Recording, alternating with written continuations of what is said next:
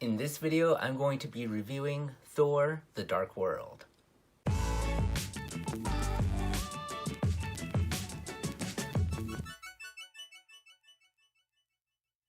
Hello and welcome to Movie Fan in Japan. If this is your first time to this channel, the way my reviews normally work is that there's a 4-part review.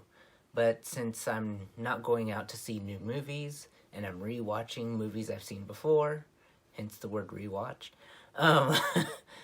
I'm only going to do a 2-part review, which is my thoughts before the movie and my thoughts after the movie. So let's go ahead and get started. Okay, so like I said before, I'm reviewing Thor: The Dark World. In Japanese, it's called Mighty Thor: Dark World. So there is a slight difference in the wording. But overall, my thoughts before this movie is that I've seen this movie before. I enjoyed it the first time I watched it, but as far as all the MCU movies are concerned, most people believe that this one is the worst one. And yeah, I could understand why. But I'm trying to think about how Thor has grown as a character through the whole thing, and if you think about the whole thing that Thor has been through, his character has changed the most out of everybody. First, he was arrogant and selfish, and yeah, this is Thor 1, but then he learned how to cope. He learned about caring, compassion. He learned about how every life is important. And so he was on his way to become a good king. Then Thor: Dark World. I don't know if he had any character growth in this one. But before that, there was Avengers. Avengers, he kind of met with more of humanity. He learned how to work as a team. Like, not just only as Guardians, his Warriors 3 and Lady Sif. He actually learned how to work with another team, and so that helped him grow as a person as well, I believe. How to cooperate with other people, how to stop and listen. And I think as far as this Thor 2, not exactly sure what happens to his character.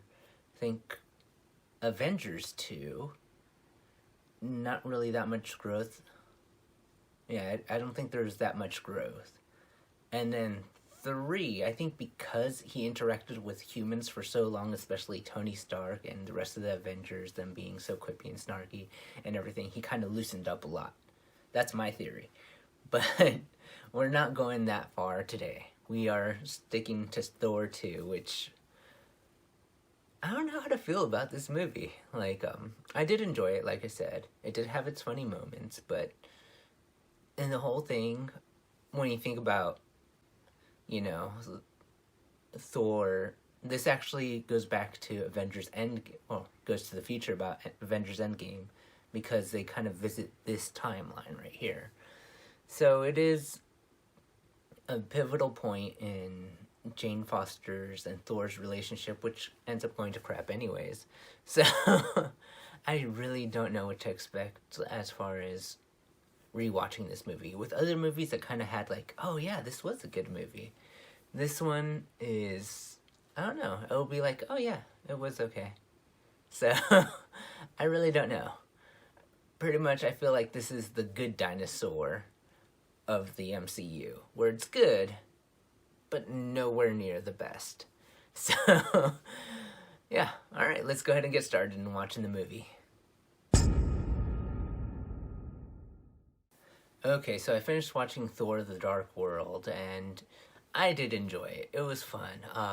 Yes, Malekith did have problems as far as the villain is concerned.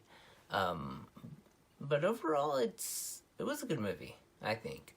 The part where Loki died, because we know he survived if you watch the whole movie, made me laugh so much, because all I could think about is Matt Damon. That's the only thing I think about. And so, yeah, that part, well, the first time I saw it, I was like, oh, it's sad, But this time, just seeing that just made me laugh so much. I just keep on thinking about the play that's going on in Thor Ragnarok, and yeah, that made me laugh a lot. Thor, he did seem a little more quippy on this one.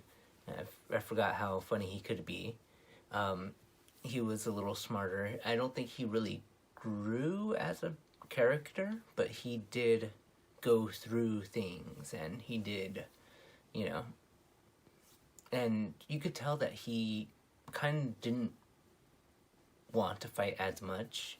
Like, he respected life, like the lesson he learned from the first one, and he still enjoys fighting. There are times where you could kind of see that, like if you look at Avengers, when he's fighting the Hulk, even though he kind of doesn't want to fight the Hulk, he smiles a little bit because he knows it's a good fight. In this one, he ends a war very quickly by destroying a man, like a rock creature, like, very similar to Korg. But yeah, it was really good, an interesting movie, I think. The villain was lacking, and yeah, Loki was still awesome. So overall, I think it is worth a rewatch.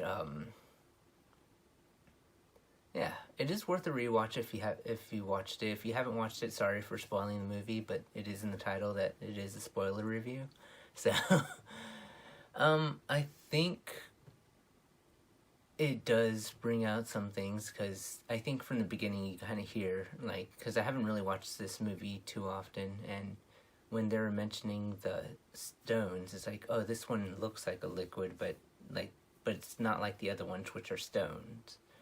And so it's like, oh yeah, alright, so they did mention it.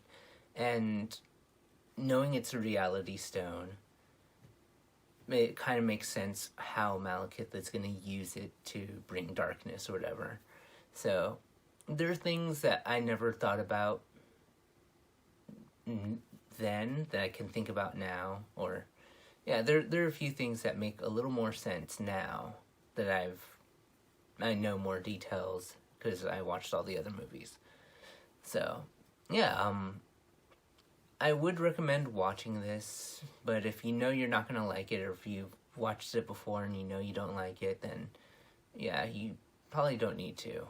But I still suggest watching it, maybe, not being so harsh if you were at first. Yeah.